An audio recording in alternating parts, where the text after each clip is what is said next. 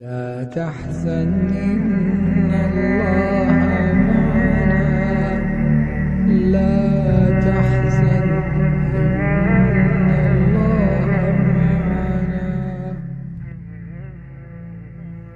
نحمده ونصلي على رسوله الكريم أما بعد فأعوذ بالله من الشيطان الرجيم بسم الله الرحمن الرحيم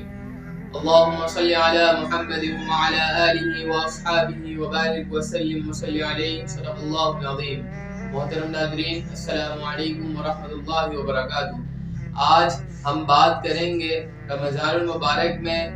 کرنے والے کچھ ایسے کاموں کے بارے میں اور کچھ ایسے اعمالوں کے بارے میں کہ جن کا رمضان المبارک میں کرنا بہت ضروری ہے۔ رمضان المبارک بہت بابرکت مہینہ ہے اور اس میں ہر عمل کا ثواب ہمیں دگنا کر کے دیا جاتا ہے۔ اب مثال کے طور پر ہم عام دنوں میں نفل نماز ادا کرتے ہیں تو اس کا ثواب ہمیں نفل کے برابر ہی ملتا ہے،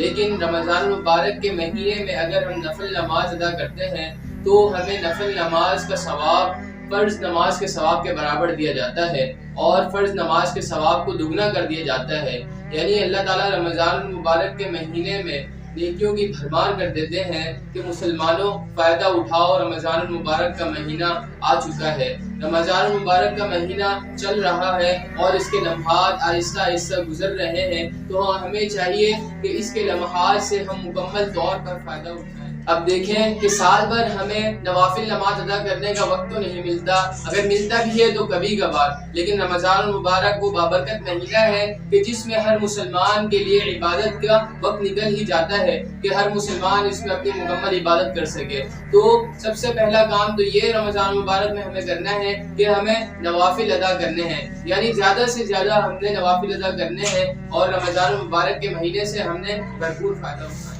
اور دوسرا کام یہ ضروری ہے کہ ہم تلاوت کلام پاک کا اہتمام کریں اور خوب قرآن پاک کی تلاوت کریں، کیونکہ رمضان المبارک کی قرآن مجید سے بہت بڑی نسبت ہے، کیونکہ اللہ تعالیٰ نے رمضان المبارک کے مہینے میں ہی قرآن مجید کو نازل فرمایا۔ اللہ تعالیٰ قرآن مجید میں رمضان المبارک کے مہینے کی فضیلت کو بیان کرتے ہوئے فرماتے ہیں شہر رمضان الذی انزل فیہ القرآن، کہ رمضان المبارک وہ مہینہ ہے کہ جس میں اللہ تعالیٰ نے اپنی عظیم کتاب قرآن مجید کو نازل فرمایا۔ اور آپ علیہ السلام کا یہ معمول تھا کہ رمضان المبارک کے اندر آپ قرآن مجید کا دور فرمایا کرتے تھے اور حضرت جبریل علیہ السلام کے ساتھ آپ دور فرمایا کرتے تھے۔ حضرت جبریل علیہ السلام جو کہ قرآن لانے والے ہیں وہ آپ علیہ السلام کو قرآن سنایا کرتے تھے اور آپ علیہ السلام قرآن سنا کرتے تھے۔ پھر آپ علیہ السلام حضرت جبریل علیہ السلام کو قرآن سنایا کرتے تھے اور حضرت جبریل علیہ السلام ان سے قرآن سنا کرتے تھے۔ تو کیسا نظارہ ہوگا اس وقت جب پیغمبر علیہ السلام قرآن سنا رہے ہوتے ہوں گے۔ تو ہمیں بھی دوسرا کام یہ کرنا چاہیے رمضان المبارک کے مہینے میں کہ ہمیں خوب کثرت سے کلام پاک کی تلاوت کرنی چاہیے۔